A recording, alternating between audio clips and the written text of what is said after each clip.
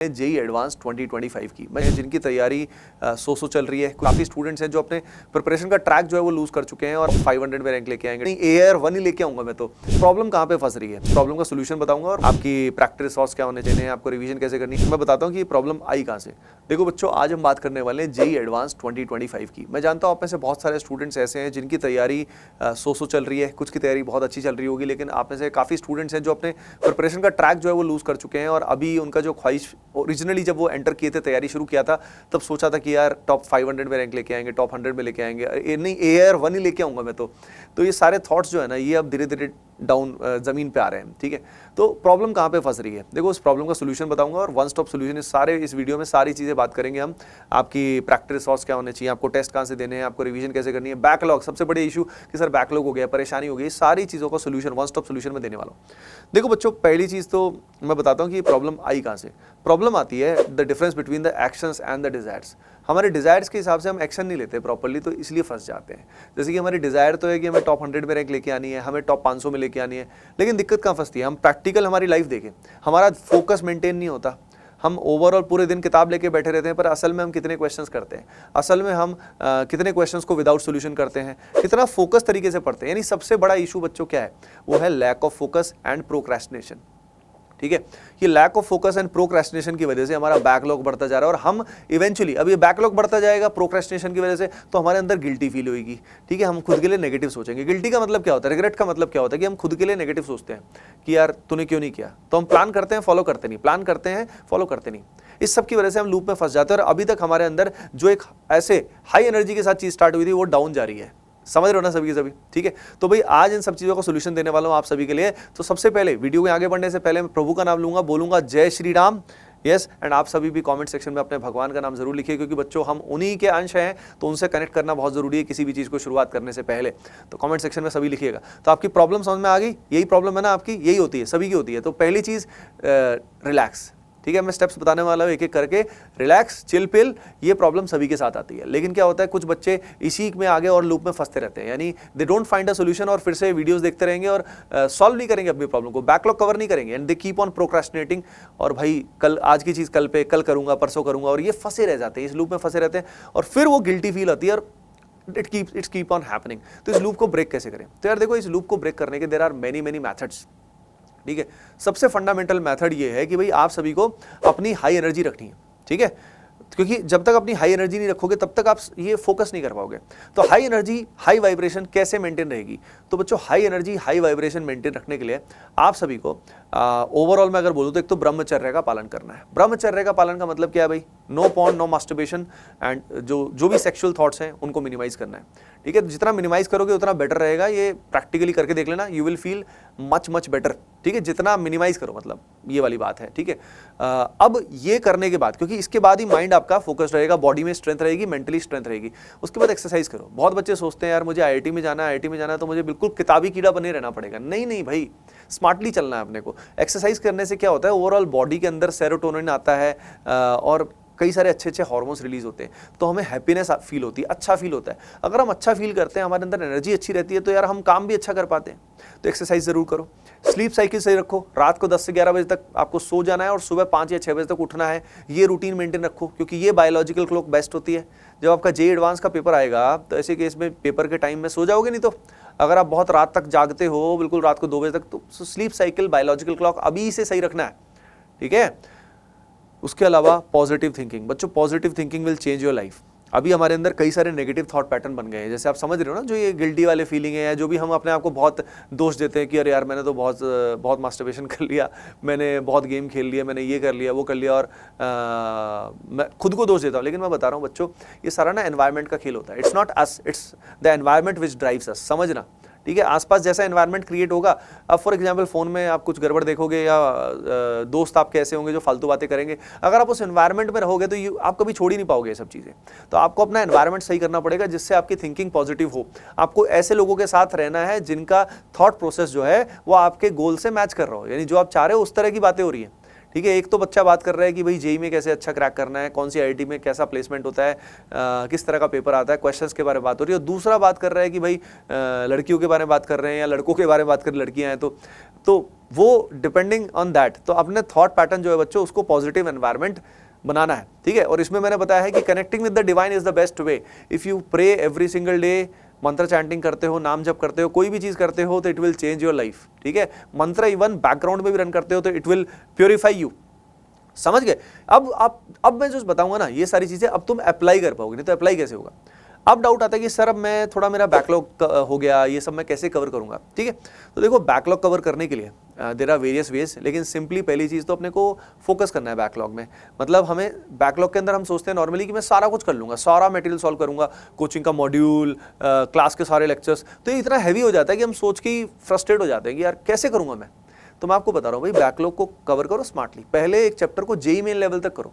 JEE main level तक करने के लिए एक चैप्टर को क्या करना होता है, एक लेक्चर्स देखने होते हैं। लेक्चर्स को देखने के साथ फास्ट मत देखो, वन शॉट मत देखो, प्रॉपर लेक्चर्स देखो, नहीं तो बेस खराब हो जाएगा सारा का सारा। ध्यान रखना, कई बच्चे वन शॉट के चक्कर में पड़ जाते हैं, 11वीं क्लास के बच्चे, कि वन शॉट से कर देता हूँ, वन शॉट से कर लेता हूँ, और उनको शॉट लग जाता है। तो इसलिए वन शॉट से बच के रहिए। वन शॉट ना बाद में रिवीजन के लिए they are very useful, but syllabus covering के लिए normally they are not very useful. तो बात समझ में आ रहा है आपको। ठीक है। बेस लाइन बनानी आपको अच्छी है। तो लेक्चर्स देखा, लेक्चर्स के साथ क्या करोगे, लेक्चर्स के साथ डीपीपी कर लो ताकि लेक्चर्स समझ में आए, लेक्चर्स का एप्लीकेशन समझ में आए, डेली प्रैक्टिस प्रॉब्लम। उसके साथ बस जेईई मेन के लास्ट 5 साल के पीवाईक्यू करो, लास्ट 5 इयर्स के जेईई मेन के पीवाईक्यू करो, बस इतना कर लोगे बहुत हो जाएगा। सबसे पहले लेवल पे इनफैक्ट अगर आपने क्लासरूम का लेक्चर प्लस डीपीपी कर लिया दैट इज गुड इनफ। फिर धीरे धीरे जब ये सब हो जाएगा तो एडवांस का भी टाइम मिलेगा बच्चों। जब जनवरी में आपका एडवांस होगा 2025 में, तो उसके बाद भी हमें एडवांस का टाइम तो मिलेगा। तो एडवांस्ड के क्वेश्चन तुम कर लेना, तब अभी कवर करना शुरू करो। बात समझ में आई। तो बैकलॉग कवर करने का बच्चों this is the fastest way. ठीक है। उसके अलावा तो बैकलॉग कवर करते रहोगे और अपनी जो एग्जिस्टिंग कोचिंग जहां पे भी पढ़ रहे हो उसको आप प्रॉपर्ली फॉलो करो। सबसे इंपॉर्टेंट बात है बच्चों, मस्ट डू क्लास 11 चैप्टर्स आपके लिए बहुत इंपॉर्टेंट है। मस्ट डू क्लास 11 चैप्टर्स यानी ऐसे चैप्टर्स हैं जिनके बेसिस पे हमें 12वीं क्लास में समझ में आता है या बहुत सारे चैप्टर समझ में आते हैं। जैसे मैं एग्जांपल देता हूँ, ऑर्गेनिक केमिस्ट्री को समझने के लिए हमें पहले chemical bonding, periodic property, atomic structure आना चाहिए। तो कुछ मस्ट डू चैप्टर्स होते हैं जो आगे के चैप्टर जिन पे निर्भर होते हैं। तो ये मस्ट डू चैप्टर्स की जो बच्चों लिस्ट है ना, ये मैंने हमारे टेलीग्राम जो चैनल है उस पर डाल दी है। तो वहां से आप मस्ट डू क्लास 11 चैप्टर्स की लिस्ट देख लेना और टेलीग्राम बैच का, टेलीग्राम कम्युनिटी का हिस्सा बन जाना। लिंक डिस्क्रिप्शन में दिया हुआ है। अब बैकलॉग आप कवर करते जा रहे हो। ठीक है। अब बात आती है कि भाई इसके बाद मॉक टेस्ट में क्या करूं, मॉक टेस्ट का प्रैक्टिस रिसोर्स क्या है। तो बच्चों जेईई एडवांस्ड के लिए क्या नीड होती है, let's focus on the JEE advanced now. देखो जेईई एडवांस्ड में अगर हमें अच्छा करना है ना, तो उसके अंदर बच्चों क्या होता है कि एक तो कंसेप्चुअल डेप्थ इंपॉर्टेंट होती है, यानी हमें कंसेप्ट समझ में आना चाहिए।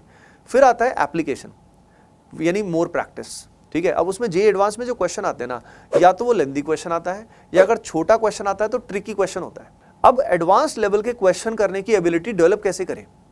एडवांस लेवल का क्वेश्चन सीधा अप्लाई नहीं होगा, तो उसके लिए हमें पहले बेस बनाना पड़ेगा। ठीक है। तो बेस बनाने के लिए हमें पहले तो कंसेप्चुअल डेप्थ अच्छी करनी पड़ेगी, थ्योरी अच्छी कर ली, लेकिन उसके बाद हमने काफी सारे क्वेश्चंस किए। तो पहले हमने बेसिक लेवल क्वेश्चन किए, फिर जेईई मेन लेवल क्वेश्चन किए, और एक बार हम कंफर्टेबल हो गए बढ़िया से, then only we should start attempting JEE advanced question. ठीक है। और फिर बस जेईई एडवांस के लिए सबसे अच्छा मटेरियल आज भी बच्चों वो है पीवाईक्यू। पीवाईक्यू सबसे अच्छा मटेरियल। उसके अलावा जिस भी कोचिंग में आप पढ़ते हो उसमें क्वेश्चन बैंक जो है, जो भी एडवांस रिलेटेड है, आप उसको साथ में कर सकते हो। बहुत सारी किताबें, बहुत कुछ करने की अभी जरूरत नहीं है। We have to focus. दिक्कत क्या है कि हम बहुत सारे वीडियोस देख लेते हैं कि कौन सी बेस्ट बुक्स हैं और हजारों किताबें, बहुत सारी किताबें ले लेते हैं। नहीं भाई, limited material, maximum revision is the की। याद रखिए, जितना लिमिटेड मटेरियल करेंगे और मैक्सिमम रिवीजन करोगे, दैट इज द की।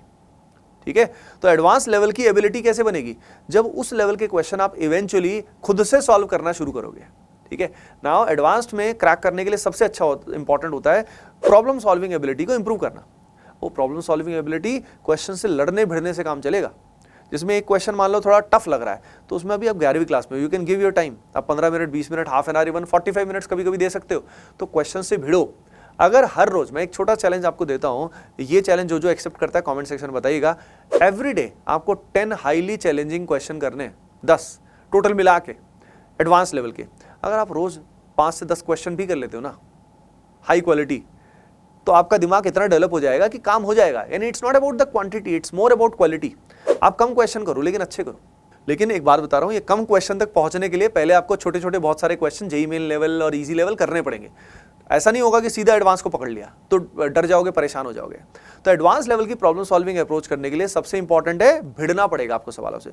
दूसरा, आपके टीचर जब क्लास में कराते हैं क्वेश्चन को एडवांस लेवल का, तो उनकी प्रॉब्लम सॉल्विंग अप्रोच को कॉपी करो, मिमिक करो, पहचानो कि सर ने सोचा कैसे।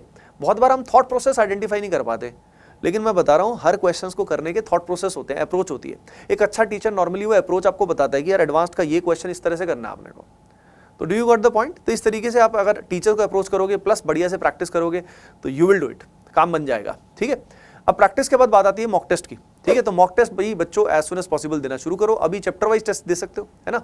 चैप्टर वाइज टेस्ट कहां से दो? तो चैप्टर वाइज टेस्ट बच्चों एटीपी स्टार ऐप और वेबसाइट पे चैप्टर वाइज टेस्ट सीरीज है, अब वहां से आप चैप्टर वाइज टेस्ट दे सकते हो। ठीक है, एंड अब उसके बाद बच्चों एक मैं मास्टर सोल्यूशन आपको बताने वाला हूं, जो आप में से कई बच्चे ऐसे हैं जो चाहते हैं कि सर मुझे एक नई शुरुआत करनी है और फ्रेश शुरुआत करनी है और मुझे 1-on-1 गाइडेंस भी चाहिए, मुझे मेंटरशिप भी चाहिए। तो बच्चों उन सभी बच्चों के लिए हम लोग लेकर आ रहे हैं अर्ली ग्लेडिएटर बैच।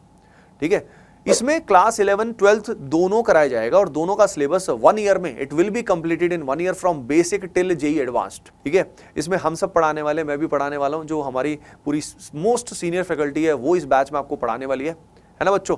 और इस बैच में 1-on-1 मेंटरशिप यानी बुलजाई मेंटरशिप प्रोग्राम हम देने वाले हैं। ठीक है, और ये जो पर्टिकुलर बैच है बच्चों जल्द ही स्टार्ट हो रहा है। अगर इसका आप हिस्सा बनना चाहते हैं तो गूगल फॉर्म जरूर फिल करें, डिस्क्रिप्शन में गूगल फॉर्म दिया हुआ है and you will get all the details. Okay बच्चों, ठीक है। तो यार देखो, अब मैं ओवरऑल सम अप करता हूं कि भाई आपकी इस जर्नी के अंदर करना क्या है। बहुत ज्यादा चीजें नहीं करनी, ओवरऑल याद रखिए limited material maximum revision is the key. We have to focus, जिसमें अपनी हाई एनर्जी हमें मेंटेन रखनी है। हाई एनर्जी मेंटेन रखने के साथ साथ मैंने वो बता दिया उसके रास्ते क्या क्या है। अलॉन्ग विद दैट बच्चों बैकलॉग साइमल्टेनियसली कवर करो, मस्ट डू क्लास 11 चैप्टर्स जरूर कर लेना। ठीक है, और कुछ चैप्टर पेंडिंग रह भी जाएंगे तो वो 12th क्लास में भी हो जाएंगे, तो घबराने की जरूरत नहीं है। अभी भी हम सभी मिलके जेईई 2025 में मचाएंगे और बहुत अच्छा स्कोर करके लेके आएंगे। ठीक है, तो आप सभी पे मुझको विश्वास है, खुद पे भी आपको विश्वास रखना है and we will do the best. Okay बच्चों, bye bye, take care and keep preparing well, love you all.